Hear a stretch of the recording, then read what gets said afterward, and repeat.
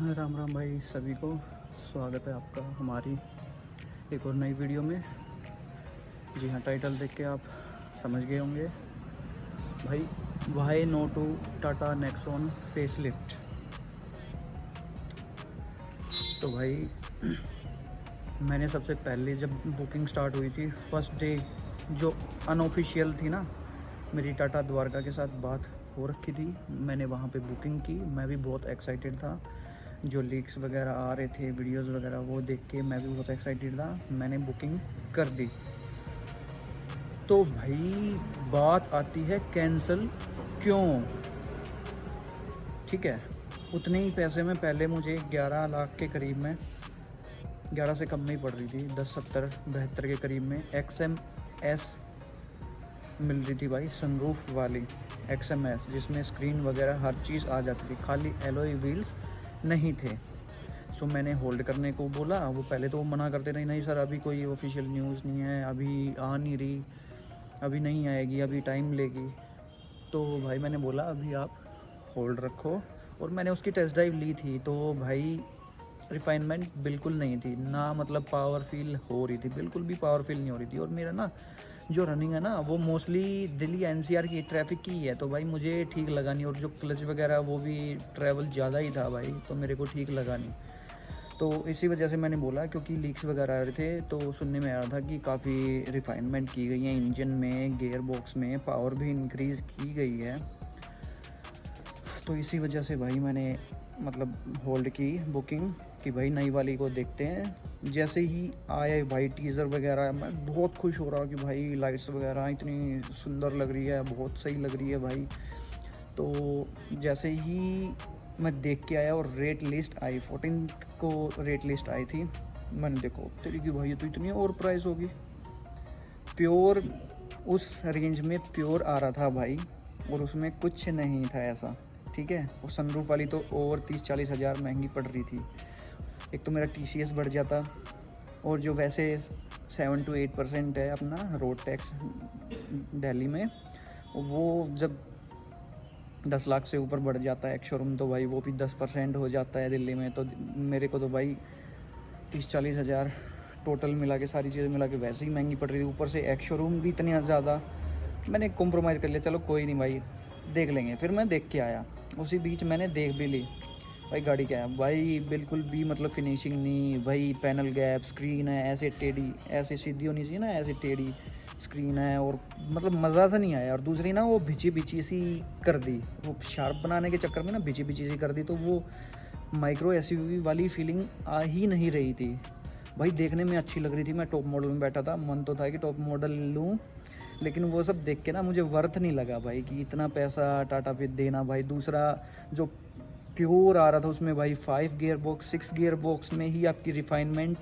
नहीं थी, तो 5 में तो और ज़्यादा प्रॉब्लम करेगी, और भाई एवरेज भी घटेगी। एवरेज टाटा नेक्सॉन की नहीं है भाई ऐसी खास।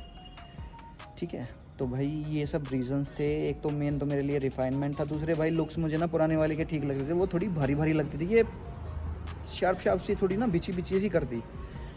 ठीक है, और भाई वही अपने जो पैनल गैप्स वगैरह, वो मतलब फिनिशिंग अच्छी नहीं थी भाई। और दूसरा भाई ये जो ग्लास में इन्होंने ग्लोइंग जो टाटा का लोगो दिया ना भाई, ये मेरे को बिल्कुल भी पसंद नहीं आया सेफ्टी के हिसाब से। बाई चांस कहीं लग जाती गाड़ी और एयर बैग खुलता है, तो भाई सारा जो कांच है वो मुंह पे आएगा, और भाई कुछ भी हो सकता है, अपनी आंखों में भी जा सकता है, आंख भी ख़राब हो सकती हैं, फेस भी ख़राब हो सकता है। तो भाई ये इसके लिए तो मेरा स्ट्रिक्टली नो था ही।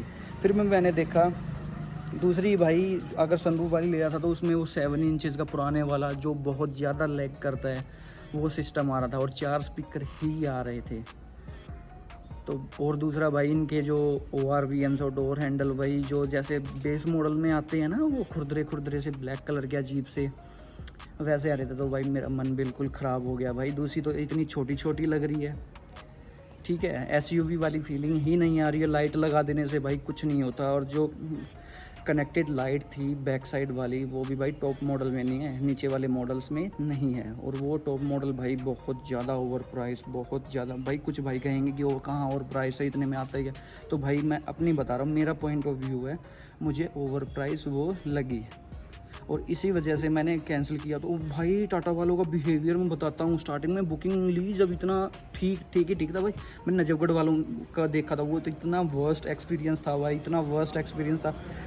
मतलब सेल से पहले ही आपका ऐसा एक्सपीरियंस है तो भाई इस गाड़ी लेने के बाद तो आपका कैसा एक्सपीरियंस होता है आप समझ ही सकते हो। रोज़ वीडियोस आती हैं भाई कि कैसा एक्सपीरियंस ख़राब हो जाती चलती चलती। और ये भी मेरे मन में था कि मेरे दोस्तों के पास भी मतलब टाटा की गाड़ी है टियागो वगैरह, बीच रास्ते में बंद होगी भाई, एसी ख़राब हो जा रहा है। नेक्सॉन की भी मेरे जो हैं ऑफिस में है कलीग उसके पास हैं, तो वो भी इतने ही इश्यूज़ आ रहे हैं। तो भाई मुझे लगा था रिफाइनमेंट होगी, तो वो तो आपने काम किया ही नहीं।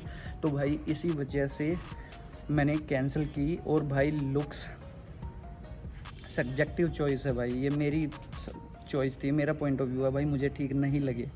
उससे मच बेटर गाड़ियां हैं। तो भाई इसी वजह से मैंने सोनेट बुक की। फ़ीचर्स भी मिल रहे हैं और फिनिशिंग वगैरह। भाई मैं 5 स्टार का करूँगा क्या जब मेरी गाड़ी मेरे घर पे खड़ी रहेगी। दिल्ली NCR की मेरी रनिंग है, हाईवे पे मेरी रनिंग होती नहीं है। तो भाई उसके लिए तो मेरे लिए ये सब गाड़ी, ये 3 का डिब्बा ही ठीक है भाई। मारुति से तो एटलीस्ट अच्छी हैं, फील होता है, फील गुड फैक्टर अच्छा आता है। तो भाई वीडियो यहाँ तक देखने के लिए धन्यवाद। चैनल को सब्सक्राइब कर देना, वीडियो को लाइक करें, कमेंट में अपनी राय ज़रूर दें। और भाई सपोर्ट करो यार, चैनल बिल्कुल डेड हो गया है, व्यूज़ नहीं आ रहे। शेयर करो भाई, बहुत लंबे टाइम तक भाई मैं वीडियोस वगैरह नहीं दे पाया था, उसके लिए बहुत बहुत सॉरी। तो भाई लाइक करो, शेयर ज़रूर करो भाई, और कमेंट करके अपनी राय ज़रूर दें। और सब्सक्राइब बहुत बहुत बहुत ज़्यादा ज़रूरी है भाई। आपके 1 सेकंड लगेगा सब्सक्राइब में, कोई पैसा नहीं लग रहा, और मुझे मोटिवेशन मिलेगा भाई। और अब रेगुलरिटी बनी रहेगी, चैनल पे वीडियोस आती रहेंगी। So bye bye guys, thank you for watching, take care.